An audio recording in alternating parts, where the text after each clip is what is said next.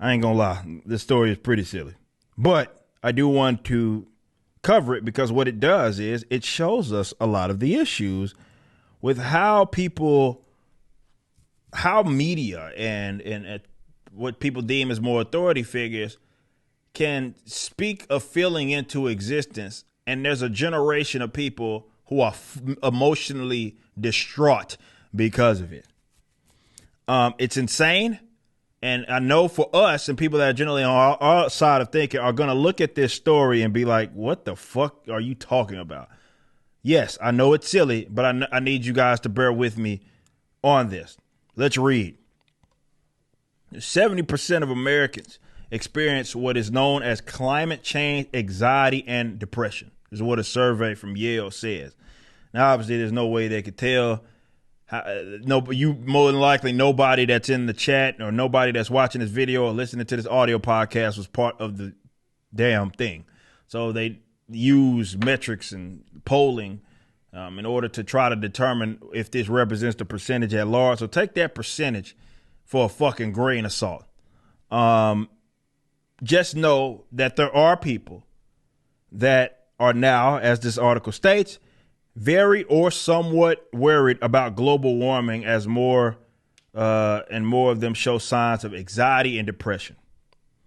Noah Oderberg, a psychologist working in Oakland, says you may have heard of PTSD, post-traumatic stress disorder. A psychologist came up with pre-PTSD. Oh my God. How can you have a pre-post-traumatic? You can't do that, man. Like, that's antithetical. How you gonna be pre and post at the same time? Says because it's not a trauma that's already occurred, it's a fear of future trauma. So it's this new idea, and it involves anxiety and depression. Jesus Christ, man.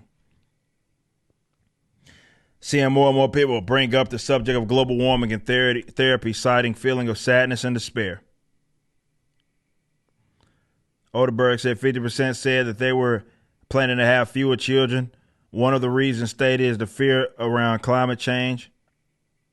It's a new field of psychology that psychology is not prepared for. A lot of y'all jobs are fake anyway. Not all of you though. Anyway, so therapists are connecting the website to the Climate Psychology Alliance. The new field is often dubbed climate anxiety, climate grief, or eco-anxiety. Climate-aware psychologists are pushing for new training, new education, and for look, I'm done with this. We're going to talk about what's really happening. And look, I'm about to make some of you uncomfortable, as I always do, but I want you to bear with me and hear me out. Where do we start? Mental illness, definitely with these younger generations, my generation and younger. There's a lot of people that are coming up with so many emotional and mental issues that we just simply, people my age and older, didn't have. Some would say when undiagnosed. No, they didn't have it. This is a made up thing that just happened. Now, you may wonder, well, this speaks to some issue. And yeah, it does speak to a larger issue. But the issue isn't climate change. The issue is that there's a bunch of folks who are emotionally distraught because a lot of y'all hyped it up in the danger of it and been very irrational with it. And you created superstars out of this that are talking about this subject matter that are young, who sit there and scream and say, how dare you?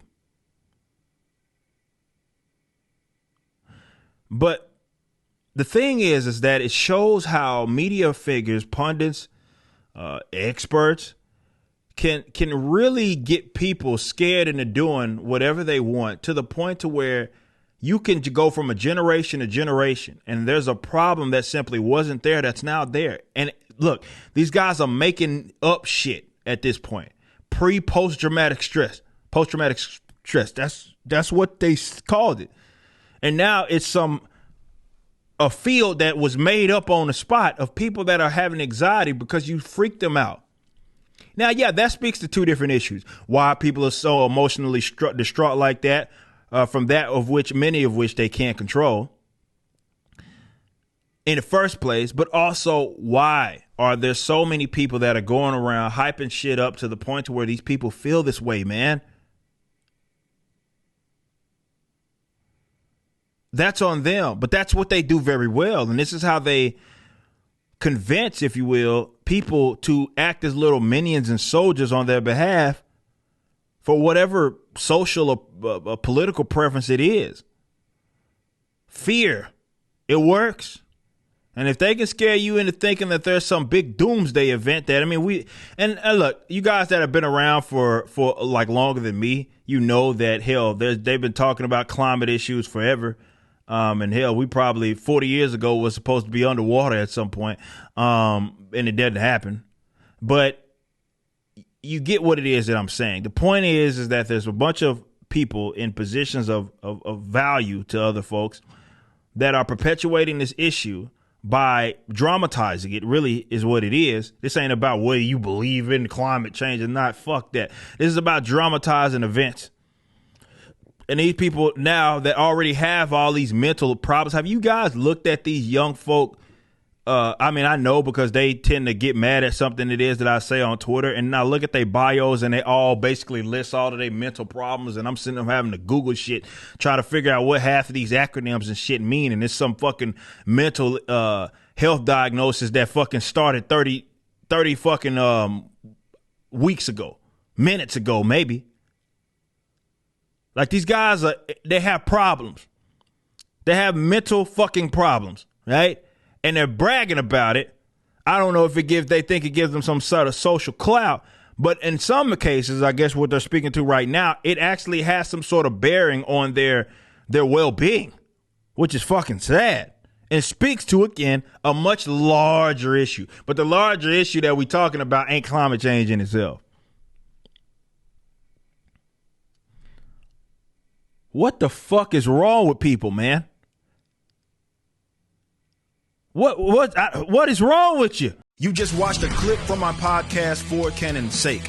Catch us live at 12 p.m. throughout the week over at youtube.com/YoungRipper59 and follow us over at odyssey.com/@YoungRipper59. If you want to watch the entire video cast after the show is over, just be sure to become a member on the YouTube channel. Of course, the full audio portion of the podcast is available for free on all major digital platforms, or just visit forcanonsake.com.